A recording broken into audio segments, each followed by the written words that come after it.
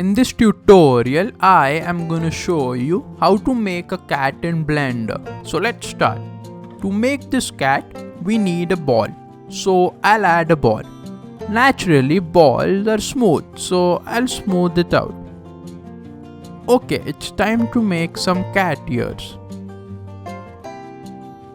Now, there is a magic button in Blender that people don't know about, but this button is right in front of them. If you read the description, it clearly states that this button makes a cat. So delete the abomination that we created and click this button. Our cat is now complete.